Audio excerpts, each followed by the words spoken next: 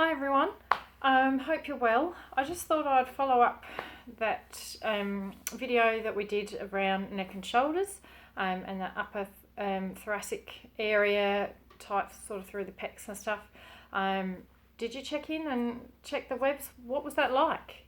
Were there painful areas in those webs, and did you find it made any difference, or have you continued to work on those and found that over time throughout the day, if you've rubbed them, that neck pain and range of movement limitation is actually not as bad? Be interested to know. So if you are doing it, do let me know. I'm always curious to see what outcomes other people have on that. It's a very fascinating area that I've been doing some study in. But today we're going to do a little bit of stuff for lower back, kind of glute stuff.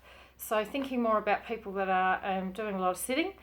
I certainly have noticed, along with that neck stuff that I've had, that towards the end of the day, my lower back has been a little bit more uncomfortable, and I'm getting a bit tight through those hip flexors and stuff. So let's see what we can do. Again, I apologise if I'm all a bit random and get off track, and let's get started. So, what we're going to do, because I realise that not everyone can get up and down on the floor, off the floor, mobility is, not everyone's friend sometimes.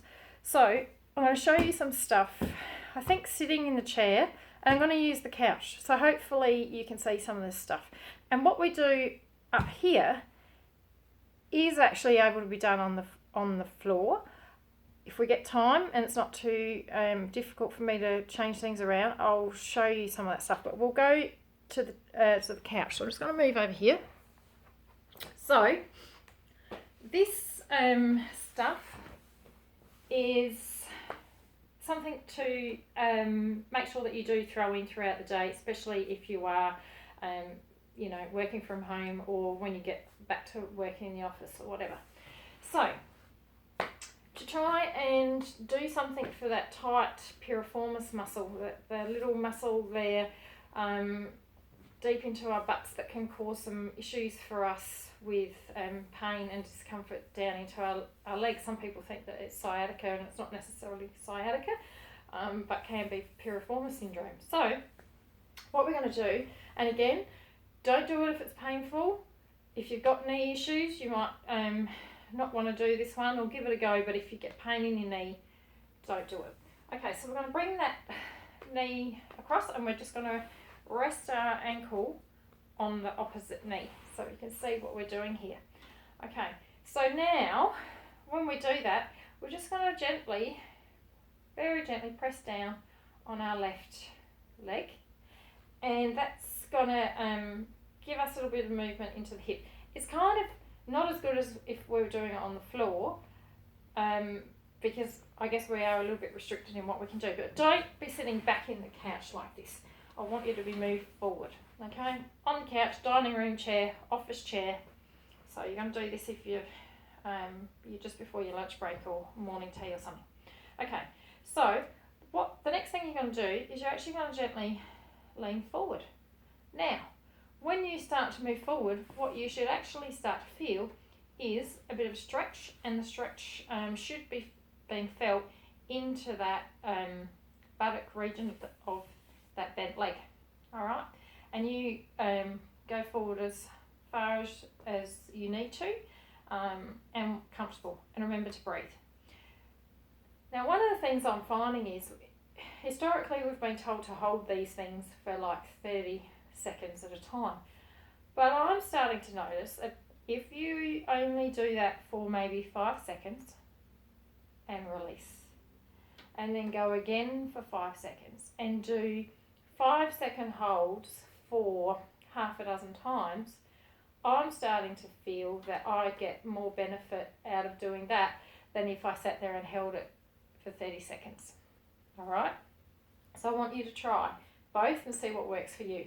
So a 30-second hold, remembering to breathe, because we often forget to breathe. Nice big deep belly breaths. All right? Then you're going to swap to the other side. because what we do on the left, we want to try and do on the right.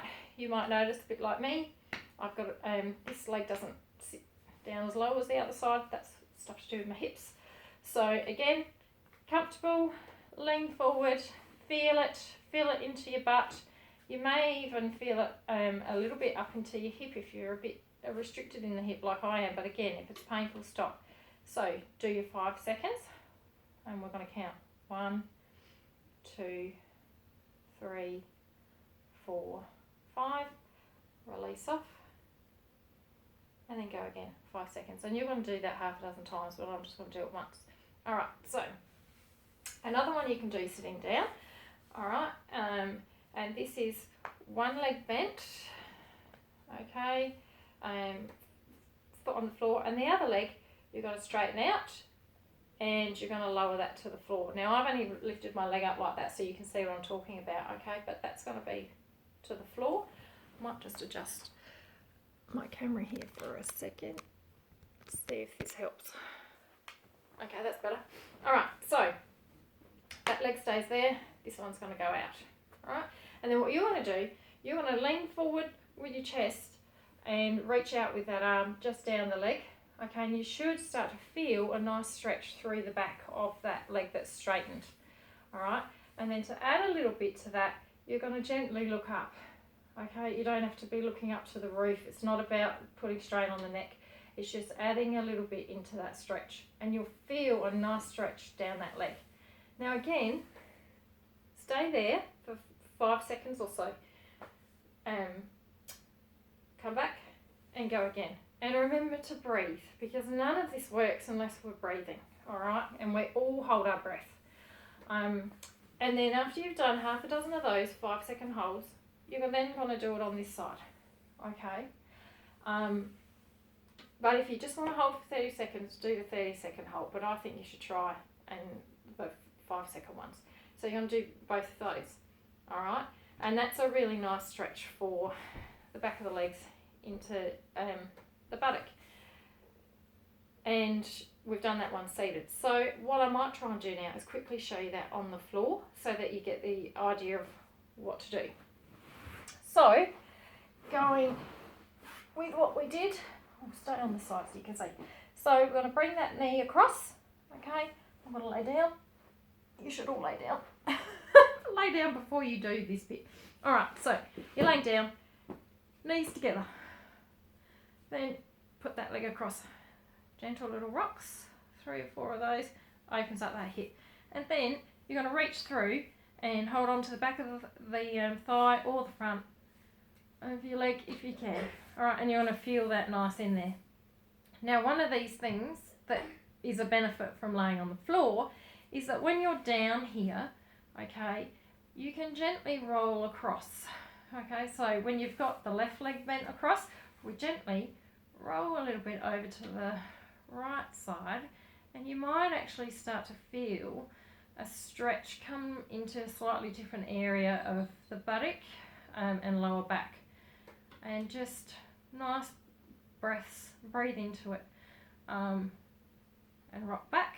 Now again, you can try and do the 30-second hold, or you can do it in the 5 seconds, relax off, do it again, half a dozen times. All right, swap legs, same thing, give it a bit of a gentle rock to open up that hip, and then bring the leg forward. All right, and that's a really good, nice stretch. And I do personally find doing it on the floor is better than being on the couch. Okay, so that's a bit of the piriformis stretch, seated up there, and the one on the floor. Now, the hips, and not necessarily the hips, but the hip flexors, all right, can often be tight and causing us some lower back discomfort. So what we can do, a couple of options. I'm going to do this standing up first, and I'm going to show you what I mean.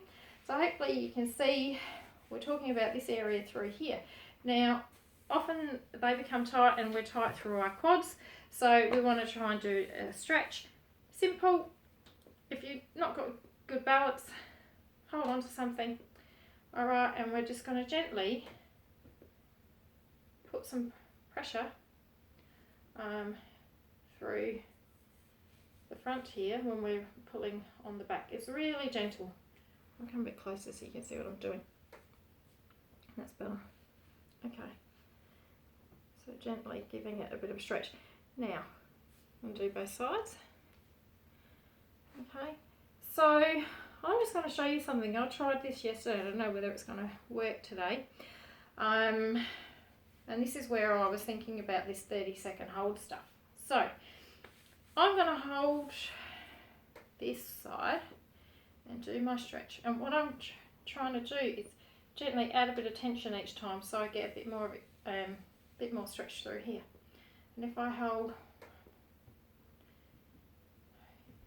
4, 5, release off, give it a bit of a shake, and then do it again. 1, 2, 3, 4, 5. Bit of a shake. Do it again. Come forward, so I hope you can see that each time I do it, let me go this way. Each time I do it, I'm getting a little bit more movement through here, which is helping to relieve off some of that tightness I've been feeling. So again, holding for about 5 seconds and then relaxing, give it a bit of a shake and do both sides. Okay. Another one that we can do through these hip flexors, which I'm going to go side on so you can sort of see what I'm talking about. Hang on a minute, go back here. Okay, so we're doing a bit of a lunge, and rather than be going too far forward here, I want you to be sinking down more and being a little bit more upright. So we're not like this, although that is good, and you can do that too. But we're actually going to put a little bit more through the front here and hold. Okay, so we're not like that. We're more like that. So we're kind of sinking down and pushing our hips forward, and I really feel that through the front here. So if I do that on this side, okay, so again, not like that, more like that. Okay, so this hips are pointing forward and we're feeling that down through there. And I find that a really good stretch through for my hip flexors. Okay, so give those two a go. Another one that we can do for our, I think this works quite well for our hamstrings. It's quite simple stretch that we can do, and it's just a matter of bringing that leg in, giving it a bit of a hug, and having a bit of squeeze.